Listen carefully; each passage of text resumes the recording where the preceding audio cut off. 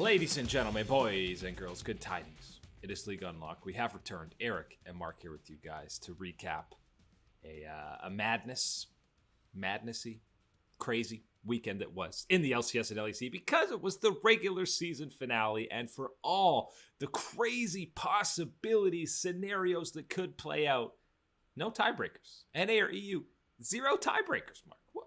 What's going on? And it feels weird, right? Because every other time, the last 2-3 years that we've had a situation come to the last day of the LCS, LEC, it's always the foldy sheet. You got to break it out. Make sure you know which matchups are going to be the important ones, which ones swing which way to give us the tiebreakers that we want, the extra action to close out the weekend for everybody. We didn't have it. We didn't have it. The LEC didn't have it. The LCS didn't have it. No extra games, but it is the final of the spring split. We are ready for playoffs. And we start in North America. We start with Cloud9 clinching that first seed. This is last game of the day. We're waiting. Immortals, can you have this crazy upset to force some tiebreakers for first place? The comp is there. The draft is ready. Oh, we got Draven. We got Nocturne. This is going to be fun. It wasn't. Spoilers, it wasn't. The game wasn't fun. It was extremely not fun. It was one that you could understand to some perspective, obviously, given that you have the Draven, as you said, and knowing Draven and even considering him as, you know, the bully, the aggressive, toxic Draven that you want to have in that bottom lane, picking up kills. Wasn't picking up a ton of kills, was picking up the farm, trying to get powerful enough to face off against what Cloud9 was doing. Got the cash in. The fights, the team fights were not there later on. And yes, a big part of that is also maybe not getting enough advantages, enough power towards the Draven. But at the same time, I don't know how you can argue for any more advantages to go to your side when you're having the gameplay and decision making that you're having against this Cloud9 roster and what they were putting out. I think Cloud9 absolutely was playing very cautious on the day. But certainly good enough and enough innate skill with these players to close the door multiple times on Immortals. And with that win, of course, Cloud9 still gets it. They get first, which means TSM, they have the head-to-head 2-0 against Team Liquid. Another reason we didn't have tiebreakers, so TSM grabs second. And really, you look at the top three, TL, TSM, and Cloud9, I do not have the confidence that I had a few weeks ago that Cloud9 is just going to be steamrolling through these playoffs. No, and I think a healthy part of that is due to Cloud9's struggles, you know, that we have seen in the last couple of weeks, the meta changing, you know, not looking nearly maybe outside of a couple moments this week as sharp from someone like Perks, who you're expecting to be a major difference maker, especially at the LCS talent level. And then as well, as we talk many times and as everybody does, Fudge's performance in the top side, I think a little bit, again, more so small steps towards improvement, positivity this week from him individually, but still leaving a lot to be desired. And especially for a Cloud9 team that wants to have the power, you know, potential that they put out on the Rift, Fudge's performances and the resources that they've had to put into him so far this split has certainly held them back from reaching that level that, as you said, you would like to see them play at, to have that level of confidence as let alone a top team, but as far as the top three go in North America. Yeah, and TSM and Team Liquid, both of them have kind of stepped up the last couple of weeks. They've had some solid performances. Sure, TSM drops a game to EG this week, but they just go 2-1. That's a specialty. And, you know, in playoffs, depending on the pattern of you get those 2-1 wins, they'll be fine. Yeah, and I think as far as TSM is concerned, when you're looking at them in the power ranking situation in North America and then heading towards playoffs in this position as the second seed, the big one was obviously making sure you're in that upper bracket, get yourself the extra security of being able to withstand a series loss and head down to the losers bracket in the playoffs. That's obviously important, and as we've seen from the org itself just this past year, TSM utilizing it to make their path to the championship. But the veterans on this roster, as much as we talk about imports and everything with TSM and how it's going, this is a veteran stacked lineup. Even considering players like Lost and Spica, and you want to consider their experiences less. But you got Power Viva, you've got Huni, you've got Swordart. These are guys that have played for many years in many different regions, as well as the jump into playoffs, jump into international competition. That should hopefully provide you a level of stability, that extra level of intelligence that you can have in these best of series. And hey, You throw in Academy, everyone has played in the finals. Some kind of finals, if you include Lost in that Academy seed. Team Liquid versus 100 Thieves was one of the other big matchups on Sunday. And really, what it did prove, Team Liquid now 7 of 8 they've won heading into playoffs. That lone loss to CLG. And I think it clearly showed that 100 Thieves, probably the weakest playoff team. When you're looking in this situation, I think as far as how they're currently performing and the current issues that they need to solve or try to find stopgaps for when you're looking at a playoff situation, yeah, you'd have to agree with that type of statement about 100 Thieves and the performance and stability that they've been able to provide as a team. When you're thinking about the Team Liquid side there and in this situation, you're right that they've done a lot of positive things that you want to be seeing from this Team Liquid team. I still think someone like Alfari to play as well as he has and to outperform a lot of the top laners in almost every single situation, to then still have some of these mistakes come through on the teleport is too much for me to accept from what he can offer and what level of play he brings to Team Liquid. I think that's something that needs to step up, and I'm sure you will not disagree with me, and no one should on this one, that tactical has not been the same tactical that we saw. He's playing LPL style, just a little differently. And without the LPL hands right now, man, is how he's going. And Tactical's got some pretty damn skilled hands, just not finding the right combination right now, the right choices. That is absolutely where I want to look, because individually, this is something that does need to change for multiple reasons, let alone from Tactical's position on Team Liquid, excuse me. But from considering what Core JJ does, right? How much he roams and what he brings to the other lanes for this team, you cannot have Tactical be that type of risk on his own in the bottom side that he has been for pretty much, kind of the last 2-3 weeks especially, but really the entirety of this split not playing to the level or continued growth that you would have expected. Just jump on Core JJ's back, guys. That's all you got to do. Tactical. You don't need to go for these highlight plays. You don't always need the Kalista 3v5 turnaround to save a game. You don't need to jump in on the Tristana. So Team Liquid, or 100 Thieves, excuse me, still feeling like they're the weakest playoff team heading in, and that's with Dignitas narrowly avoiding a 0-3 weekend. Now, they went up against some of the big boys in Cloud9 and Team Liquid, but the game against FlyQuest is where they did pick up the win. And honestly, what this really showcased is Neo better be on your all-pro ballots for 80 carries. He has absolutely been such a pleasant surprise to see the way that he's playing and the quality of play that he's been able to output, especially in the last 2 weeks. I think has really been something as far as when Dignitas has been under more so the microscope, right? When people have had expectations, have been wanting to see this squad perform and pick up wins. He's been pretty vital, and he's been definitely holding his end of the bargain alongside Aframu in that bottom side. And you said it. Yeah, I think absolutely this is someone that the community needs to put some praise and deserves the accolades for. And it feels even sweeter to do it against the guy you replaced on Dignitas. The guy Afro groomed last split in Johnson. Neo gets the style on him to close the final team fight. Dig had no business winning that game. FlyQuest had a huge lead, but Dignitas in the playoffs, and we have no teams below 500 in the LCS playoffs, which, wow. That doesn't happen often. Say what you want about the entirety of the split. Say what you want about the teams that we've got in playoffs. Say what you want about how many teams we have in playoffs in the LCS. Tell you what, at the very least, the improvement from last year, certainly there in the product of the games, the enjoyment of the games, and then my interest heading towards playoffs in the type of matchups and squads and scenarios that we can have. Absolutely much better situation than we were in last year. The LCS stonks are going up a lot higher in 2021 than we ever saw in 2020. Over in Europe, they also had their second super week. They saved it for the last week. 3 games. We thought there'd be a bunch of playoff scenarios potentially. The biggest surprise, though, wasn't, well, it was that there was no tiebreakers, but it was Fnatic going 0-3, and Fnatic, this is not the form you want to be in heading into playoffs.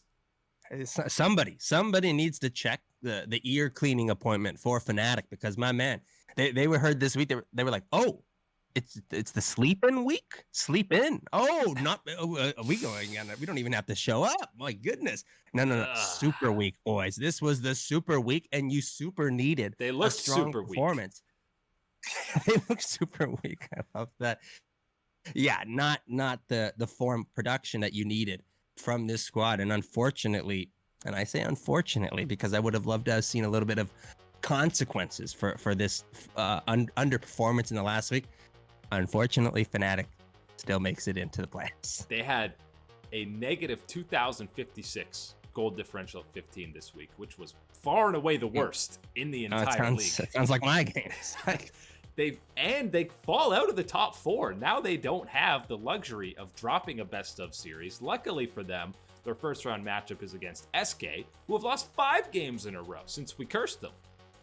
Well, realistically, if you think about everybody in the LAC playoffs, could you name a squad and the way that they play more than Fnatic that could have used the advantage of being in that upper bracket, getting that extra life that you gain? Really, this seems like something that is going to bite them in the back. But as you said, their matchup is not exactly the hardest of landings for them in this lower bracket for the playoffs against SK. Still an SK squad. Absolutely. You underestimate them. They show up on the day. You let them get what they want out of the draft. They'll beat you. They'll beat you 3-0. That is the type of squad. This is still the level of power that they can bring when you're talking about teams that do reach the playoffs in the LEC. But you are right. They are on a bit of a slide with those 5 games, all things considered, which matches up quite nicely with Fnatic, actually. So yeah, this is going everything. To be who reverses the slide. Everything just seemed off this weekend with Fnatic. And we've seen this side of the coin where when everyone's playing balls to the wall aggression, let's dive, and then you all die. Well, the game's over and you get a negative 2,000 goal differential at 15. But with the slump of Fnatic, we got the rise of Schalke because we were worried about them making playoffs even coming into this week. You know, they had a decent chance, but I did not peg them finishing top 4. How'd they get top 4 thanks to Fnatic? I think if you've been with us for the last couple of weeks, I think this is the first time that Schalke's actually had a good to great week since we hyped them up initially when they were 5-2. Yeah, picking up the upsets against Rogue and G2. Long time coming for Schalke, but absolutely when you look at the games, you look at the performance, you look at who was popping off in these performances.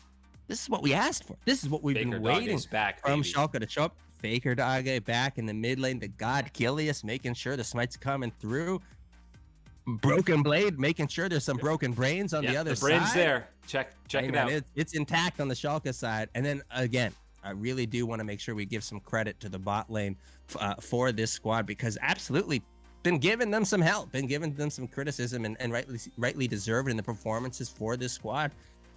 This weekend, major bounce backs from Neon and Limit in the bottom side. And I especially want to say, I think Limit had a fantastic weekend. Some big galaxy brain moves that he's been putting out on the Rift this past week. They just seemed a lot more confident in when to take fights and in committing to those fights as a team. They kind of seemed out of sorts during this long backs against the wall, looking for that miracle run again. There it is. Wasn't quite as big a miracle. We'll call it the redemption run to get them into that top 4. And you get a date with G2 in round 1. Good luck, boys. But at least you can afford a loss in a best of series. Speaking of the big boys, G2 and Rogue, usually it's not this far in our Europe block that we're talking about them. But I'm going to be honest, G2, they saw, we're pretty much getting first. They seem to mail it in. And the real tragedy this week is Excel gets a win against Rogue and G2 in the same week and still don't make playoffs. Yeah, that one actually feels really bad. And I actually kind of woke up this morning and I was thinking about the LEC situation. I'm like, that blows. Imagine that. You know, we had those upsets. And yes, to be fair, at least with G2, and say what you will, I certainly seemed pretty checked out. They were under the same. They had the same time of the cleaning appointments as Fnatic, man. They sleeping in. That's all it was. No problems there.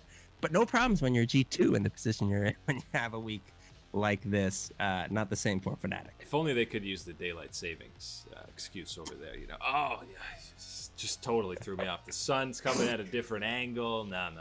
We couldn't play those games. But yeah, I mean, sure, Rogue goes 2-1. It's fine. Even G2 going 1-2. If anyone's panicking about G2 going 1-2 in the final week of the regular season, you haven't been watching the last 2 years, my man. You're insane. You're insane is all I'm gonna say. If you're down G2, let alone Rogue, because I think Rogue has absolutely done more than enough over the last year and a half, and especially this split individually, to not want to put them in that type of conversation of squads that even if you're doubting the last one, don't doubt them on the day of, because they can absolutely show up and pump you. G2 obviously going to be the bigger favorites in their matchup against Schalke, but Rogue should still be favorites over Mad Lions, guys. Don't be sleeping on Rogue. Don't think that they're going to choke in the playoffs. You got no reason to think that. Over in the LCK now, we got it, Mark. It took 10 times. You know, the old saying is third time's the charm. No, double digits. 10th is the charm. 10th time is the charm. The 10-man roster for T1. We get to see the spring split champion roster plus Kyria, and not only do they win against Gen G, they slap 2-0. It was dominant in both games. The return, and I'm not talking about the return of Faker to the mid lane. I'm talking about the return of Kana, and we're talking about 2020 Kana and to the Rift for T1. Listen, everyone's been calling for Faker back in the lineup.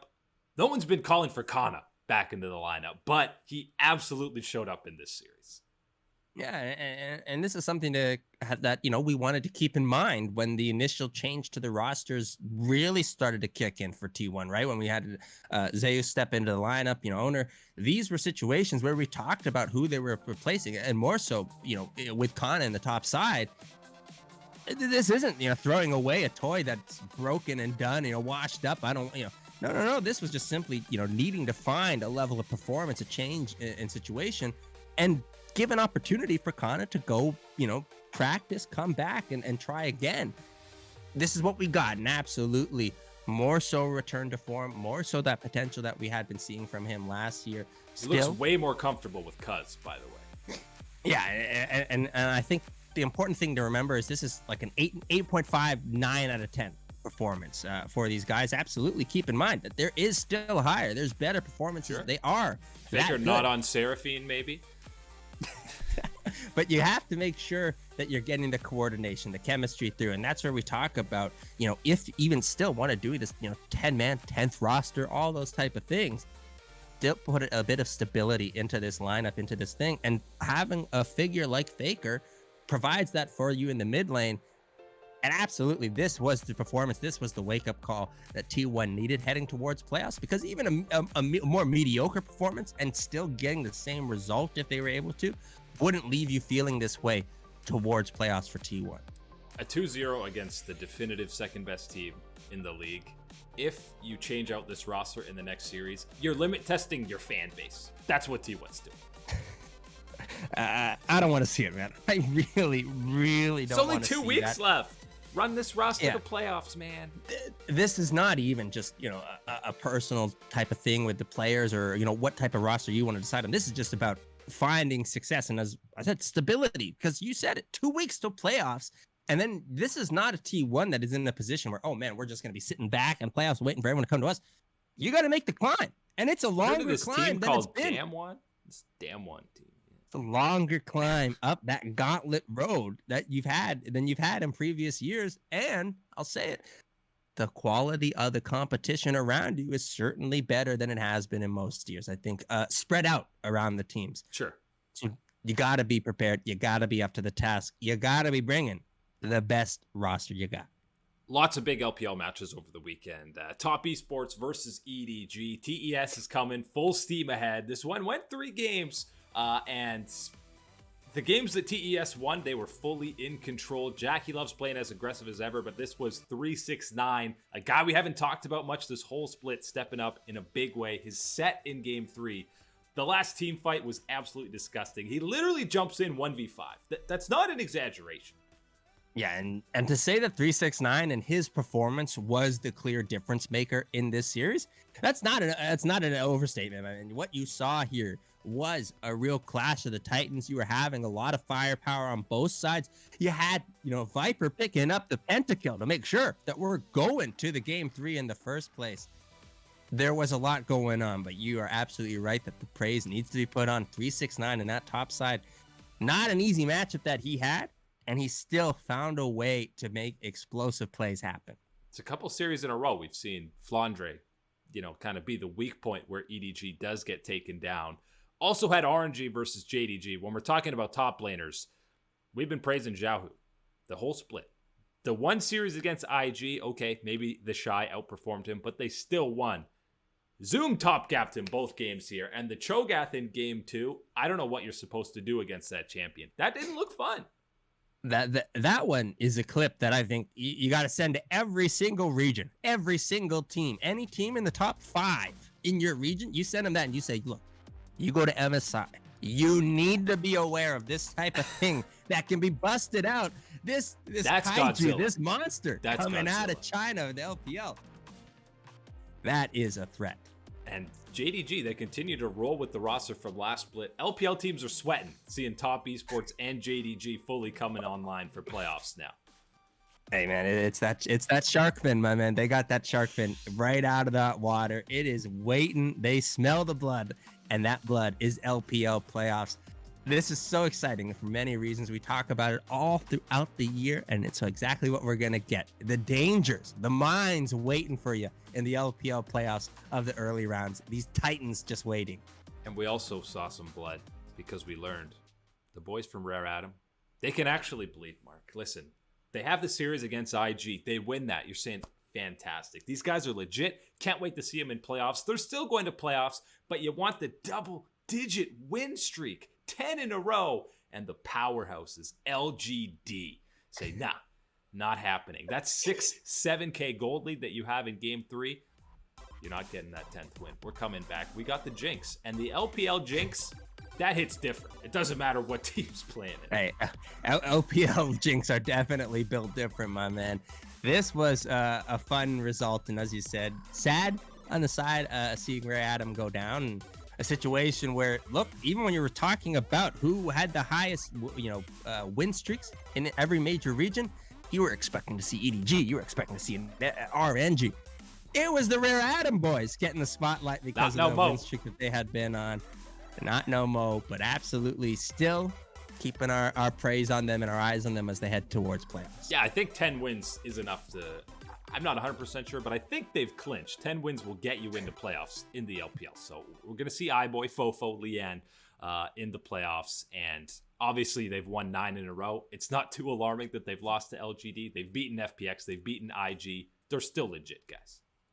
Hey, it is the LPL, baby. You know it, and you better believe it that it's going to be spicy in these last couple of weeks. And it is going to hit that nuclear level spicy when we get towards playoffs. You know how close the standings are? TES, 9-3. If they win a game, their next series, if they win 2-0, they could potentially jump all the way up to 3rd.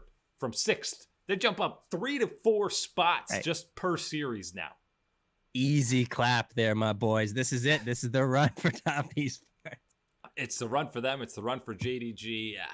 IG, even though they won a series today at 7-7, they are still on the outside looking in on that playoff picture at 7-7. But there's still plenty of games left in the LPL. That is all the time today, though, for League Unlocked. Eric and Mark here with you guys. Thanks for hanging out with us as always, and we'll catch you on the flippity flip.